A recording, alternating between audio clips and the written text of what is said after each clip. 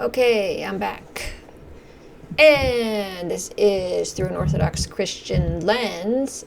This is Dorothy, or you can call me Dorothea or Dot. Bringing that up because it's been a while since I've given you my first name. Anyway, this video is about some things going on with the deportation issue and also some of a couple of new Trump executive orders, and these arguments going on about Trump freezing aid to people like student loans and SNAP and other such welfare programs. Going to get the answers here. This is the first press conference that happened earlier today with her name just Caroline Levitt, I believe. I'm going to play this one question now for you.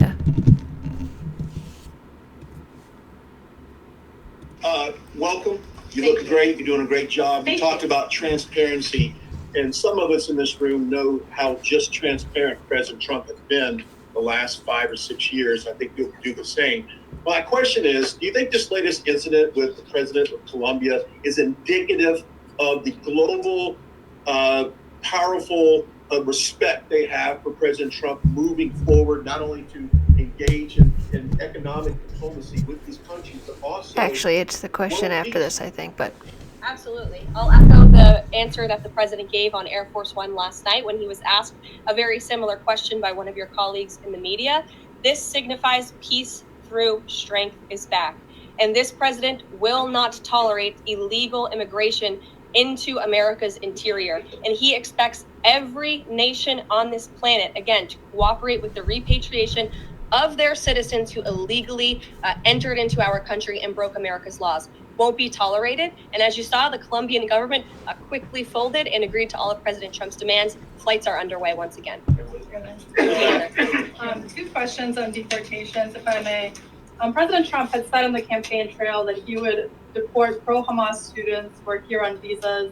And on his first day in office, he signed an executive order that said, quote, the U.S. must ensure that admitted aliens and aliens otherwise already present in the U.S. do not bear hostile attitudes towards the citizens, culture, government, institutions, or founding principles. So should we take this executive order as Trump saying he would be open to deporting those students who are here on visas but hold pro-Hamas sympathies?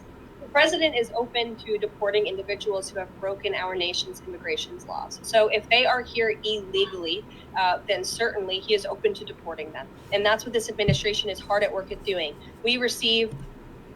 Okay, yeah, I actually missed this earlier, so this is important. I am glad to hear that these people who have been protesting usually at the colleges or whatever, with regard to and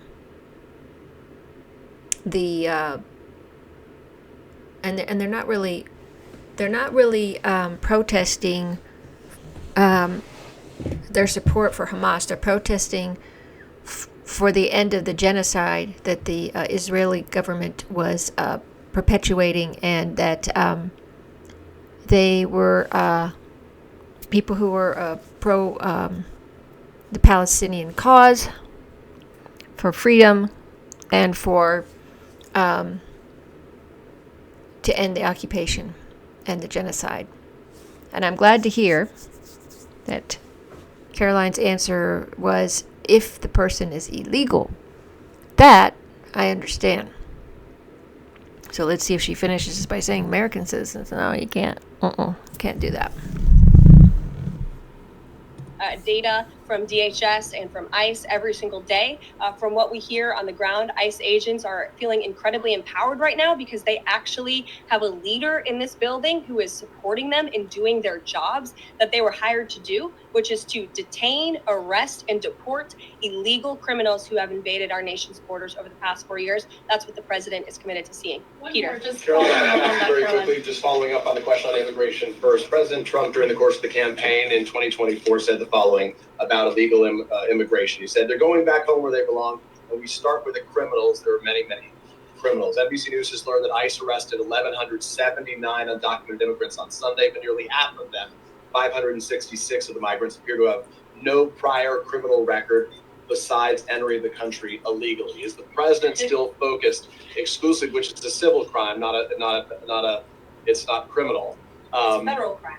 So I'm asking though, he said he was going to focus on those violent offenders first. So is violent offenders no longer the predicate for these people to be deported? The president has said countless times on the campaign trail, I've been with him at the rallies, I know you've been there covering them too, Peter, that he is focused on launching the largest mass deportation operation in American history of illegal criminals. And if you are an individual, a foreign national, who illegally enters the United States of America, you are, by definition, a criminal. And so therefore, you are subject to deportation. I apologize for interrupting. So to be clear, it's not violent criminals do not receive precedence in terms of the deportations taking place. The president has also said two things can be true at the same time. We want to deport illegal criminals, illegal immigrants from this country, but the president has said that, of course, the illegal criminal drug dealers, the rapists, the murderers, the individuals who have committed heinous acts on the interior of our country and who have terrorized law-abiding American citizens, absolutely, those should be the priority of ICE, but that doesn't mean that the other illegal criminals who entered our nation's borders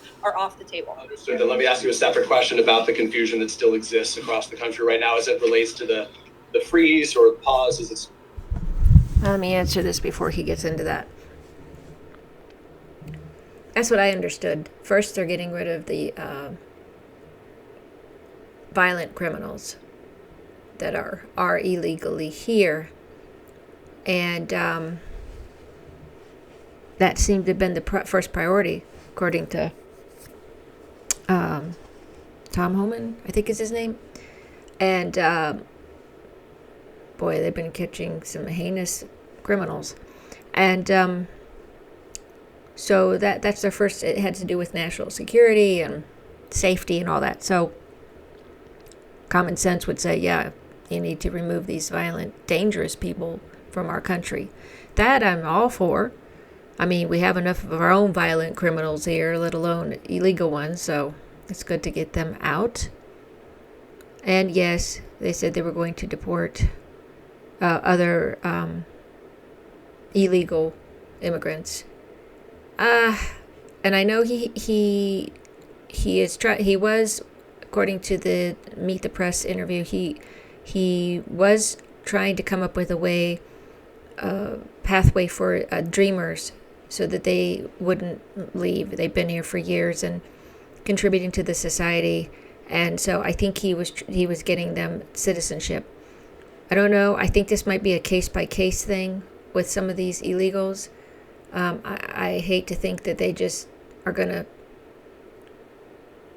sweep all these people at one swoop and then just have them deported. I know he said that, but I think because people are like, oh, people are afraid to go pick fruit or whatever, or vegetables or whatever in the fields because they're going to be picked up. I'm not sure how that's going to work, to be honest. Is if they're actually, I find it not totally believable that they are going to be shipped out, deported, but who knows, all the stuff that's been going on has been somewhat shocking because, as I said, rarely does a person running for president come into office and actually do what they said they were going to do on the campaign trail. So anyway, we all see on that. described. President Trump, of course, ran one of the key policy items was that he was going to lower prices, lower the cost of everything from groceries, as he often said. But in many of the cases, it would seem that some of these moves could raise prices for real Americans on everything from low-income heating, that program, childcare programs. Will nothing that the president's doing here in terms of the freeze in these programs raise prices on ordinary Americans? What particular actions are you referring to that would? Referring to LHEAP right now, that's the low-income heating program, for example. We can talk about, there's no clarity, so I could refer to a lot of them. We don't know what they are specifically. Can you tell us that LHEAP is not one of those affected? So you're asking a hypothetical based on programs that you can't even identify. What I can tell you just to be clear, since you guys haven't identified, let's do it together just for Americans at home. Medicaid, is that affected? I gave you a list of examples: Social Security, Medicare, welfare benefits, food stamps that will not be impacted by this federal pause. I can get you the full list after this briefing from the. Yeah. That's been on X all day. This is one of the examples. Constantly, everybody keeps saying that, including Congress people. Oh, they're freezing the aid for the students and for this and for SNAP. So, for instance, this person. So, Trump freezes SNAP payments. Red states, which are the largest recipients of federal funds, will be hit the hardest. Congratulations, you MAGA morons. You've just shot yourselves in the foot. Well, no, we haven't, Paul, because that's not the truth, as you just heard Caroline speaking. Welfare programs are not ending, they're not in a frozen state. And how do I know that? Because of this. Don't believe, and Libs of Lib TikTok says, don't believe anyone spreading the lie that Trump paused SNAP and Medicaid benefits for Americans, because here's the Executive Office of the President, Office of Management and Budget. Question, is this a freeze on benefits to Americans like SNAP or student loans? No. Any program that provides direct benefits to Americans is explicitly excluded from the pause and exempted from this review process. In addition to Social Security and Medicare, already explicitly excluded in the guidance, mandatory programs like Medicaid and SNAP will continue without pause. Funds for small businesses, farms, Pell Grants, Head Start, rental assistance, and other similar programs will not be paused. So, there you go. And then I'm going to go through a couple of presidential, although you just heard about that, I brought that up yesterday, the restoring the discharge, service members discharged under the military's COVID-19 vaccination mandate. And then here, this one is really important to me, protecting children from chemical and surgical mutilation. He signed that today, and I'm sure glad he did, because that's child abuse. It's terrible what they've done to these kids, or we're trying to do. So, across the country today, medical professionals are maiming and sterilizing a growing number of impressionable children under the radical and false claim that adults can change a child's sex through a series of irreversible medical interventions. And remember this, irreversible. These people can't, once it's done, you can't reverse it. This dangerous trend will be a stain on our nation's history, and it must end. Great way to put it. A stain on the state. Yes, I strongly agree. Countless children soon regret that they have been mutilated and begin to grasp the horrifying tragedy that they will never be able to conceive children of their own or nurture their children through breastfeeding. Moreover, these vulnerable youth's medical bills may rise throughout their lifetimes, as they are often trapped with lifelong medical complications, a losing war with their own bodies, and tragically sterilization. Accordingly, it is the policy of the United States that it will not fund, sponsor, promote, assist, or support the so-called transition of a child from one sex to another, and it will rigorously enforce all laws that prohibit or limit these destructive, life-altering procedures. The term child or children means an individual or individuals under 19 years of age. So, 19 and up. is the adult age here, not 18. Wow, that's pretty interesting. And, that's a good idea. The term pediatric means relating to the medical care of a child. So they get into the phrase chemical and surgical mutilation means the use of puberty blockers, including GnRH agonists and other interventions to delay the onset of progression of normally timed puberty in an individual who does not identify as his or her sex. The use of sex hormones such as androgen blockers, estrogen, progesterone, or testosterone to align an individual's physical appearance with an identity that differs from his or her sex, and surgical procedures that attempt to transform an individual's physical appearance to align with an identity that differs from his or her sex, or that attempt to alter or remove an individual's sexual organs to minimize or destroy their natural biological functions. This phrase sometimes is referred to as gender-affirming care. Ending reliance on junk science. The blatant harm done to children by chemical and surgical mutilation cloaks itself in medical necessity, spurred by guidance from the World Professional Association for Transgender Health, which lacks scientific integrity. In light of these scientific concerns with the WPATH guidance, agencies shall rescind or amend all policies that rely on WPATH guidance, including WPATH Standard of Care version 8. Within 90 days of the date of this order, the Secretary of Health and Human Services shall publish a review of the existing literature on best practices for promoting the health of children who assert gender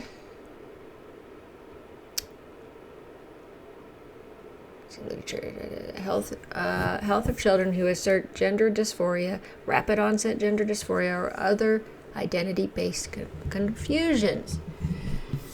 The Secretary of Homeland HHS, as appropriate and consistent with applicable law, shall use all available methods to increase the quality of data to guide practices for improving the health of minors with gender dysphoria, rapid onset gender dysphoria, or other identity-based confusion, or who otherwise seek chemical or surgical mutilation.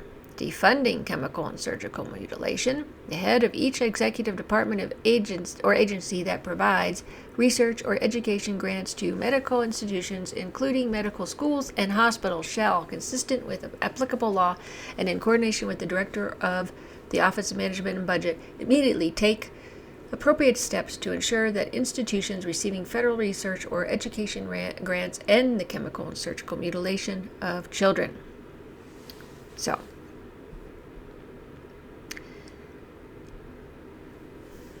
Secretary of HHS shall, consistent with applicable law, take all appropriate actions to end the chemical and surgical mutilation of children, including regulatory and sub-regulatory actions which may involve the following laws, programs, issues, or documents: Medicare or Medicaid conditions of participation or conditions for coverage, clinical abuse or inappropriate use assessments relevant to state Medicaid programs, mandatory drug use reviews, Patient Protection and Affordable Care Act, Quality Safety and Oversight Memoranda, Essential Health Benefits Requirements, and the 11th. Okay, so this seems pretty comprehensive, pretty detailed, which is great. I know my friend has been fighting against this type of stuff, as well as women's safety and children's and girls' safety. So I'm sure she's very happy over this. But I sure am. And he has now done what the UK and a few other countries have done to ban this type of chemical and surgical mutilation for children. So Trump has already got that done, and I am thrilled. Okay, so that's all I have for you for this evening. I'm going to relax the rest of the night. Even if even if something else comes up, I'm done for the night. So I hope you have a great night. Thanks for watching. Please follow my channel. Share my videos, like my videos, share my channel. get my channel out there, so I'm more known and people can enjoy, if they so like this kind of stuff, my views on these things. Okay, and until next time, have a great evening.